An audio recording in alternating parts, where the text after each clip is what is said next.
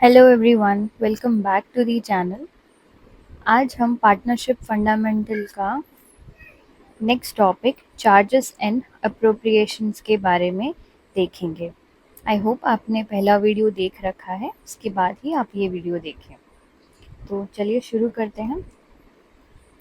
Class 11th में हमने final account बनाना सीखा था, जिसमें हमने trading and profit and loss account बनाना सीखा था।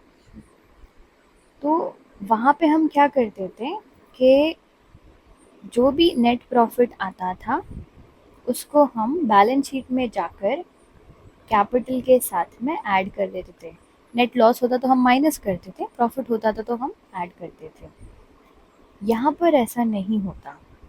उसका रीज़न ये है कि सोल प्रोप्राइटर फर्म में सिर्फ एक ही ओनर हुआ करता था, इसलिए जो भी नेट प्रॉफिट होता फर्म को वो सिर्फ और सिर्फ एक ही पार्टनर को यानी एक ही ओनर के पास जाना था।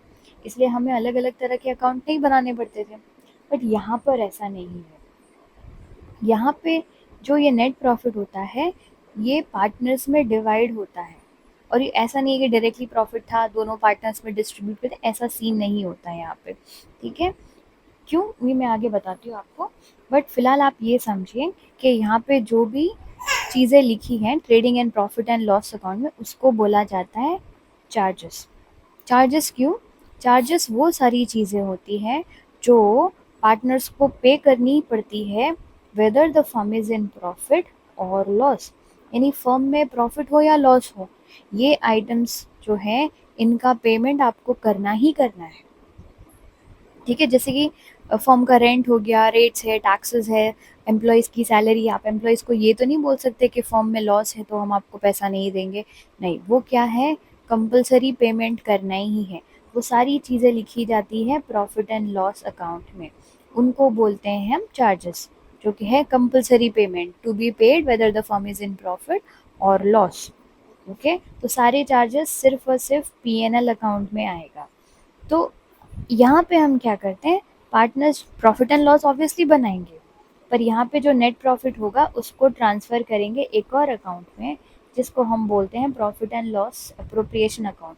आप ऐसे समझो कि सोल प्रोप्राइटर में यहाँ पे फाइनल अकाउंट ख़त्म हो जाता है, लेकिन पार्टनरशिप में एक और अकाउंट बनेगा और ये नेट प्रॉफिट ट्रांसफ़र के आएगा profit and loss appropriation account में। यहाँ पर जो सारी चीज़ें लिखी जाती हैं वो होंगे हमारे अप्रोप्रिएशंस।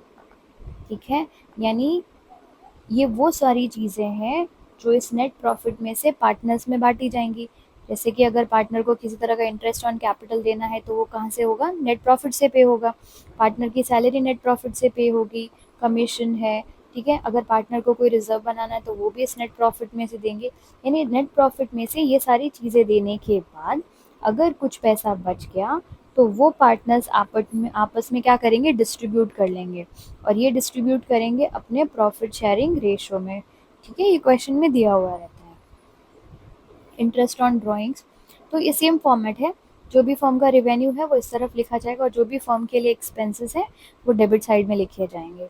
ठीक है, तो इंटरेस्ट ऑन ड्राइंग फर्म के लिए रेवेन्यू है, interest on capital, partner salary, commission, ये फर्म के लिए लॉस होता है। ठीक है, पार्टनर के लिए अलग है, वो हम आगे देखेंगे, लेकिन फर्म के लिए इंटरेस्ट ऑन ड्राइंग्स क्या है, रेवेन्यू है, इसलिए क्रेडिट साइड में। और ये सारी चीज़ें क्या हो गई, एक्सपेंस है फर्म के लिए।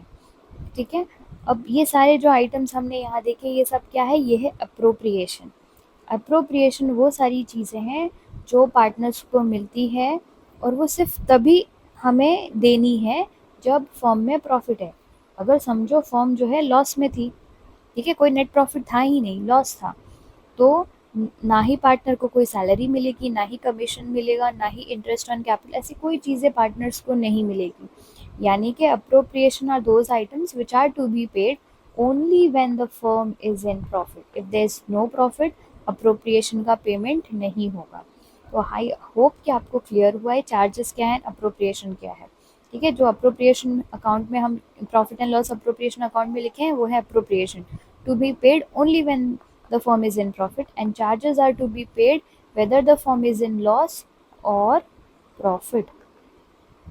अब इसके रिगार्डिंग जो बोर्ड के क्वेश्चंस है वो हम कर लेते हैं।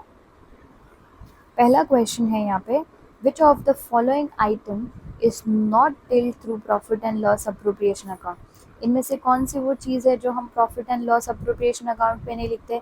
इंटरेस्ट ऑन कैपिटल आता है, इंटरेस्ट ऑन ड्राइंग आता है, पार्टनर सैलरी आता है, rent paid to the partners. ये क्या है? ये एक चार्ज है, यानी कंपलसरी। ठीक है, कोई प्रॉपर्टी यूज़ कर रहे हैं किसी पार्टनर की, तो उसके रेंट तो कंपलसरी पे करना ही पड़ेगा ना, लॉस हो या प्रॉफिट हो। तो ये क्या है? ये चार्ज है। ये नहीं आता है हमारे profit and loss appropriation method, बाकी तीनों चीज़ें आती हैं।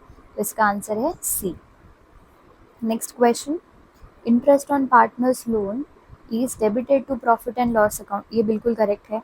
हमने जो ये फॉर्मेट देखा यहाँ पे, कहीं पे भी हमने इंटरेस्ट ऑन पार्टनर्स लोन नहीं देखा, क्योंकि वो यहाँ आएगा, वो एक चार्ज है, इसलिए पीएनएल में आएगा। तो ये बिल्कुल सही है।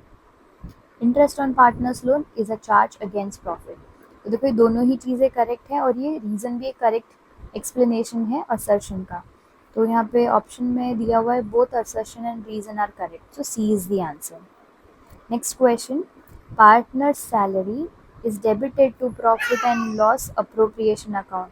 बिल्कुल सही है, and not to profit and loss account. Obviously partner salary is an appropriation of profit, it is not a charge against profit. ठीक है, रीज़न भी दे दिया हमें, दोनों ही करेक्ट है। So both assertion reason are correct and reason is the correct explanation, so A is the answer. Okay, so इस topic के रिगार्डिंग जो क्वेश्चंस थे वो हमने कर लिए हैं। आई होप आपको ये टॉपिक समझ में आया है। अगर आपको ये वीडियो पसंद आया है तो प्लीज़ अपने फ्रेंड्स, अपने क्लासमेट्स के साथ में ज़रूर शेयर करें एंड चैनल को सब्सक्राइब करें एंड लाइक करें। Thank you.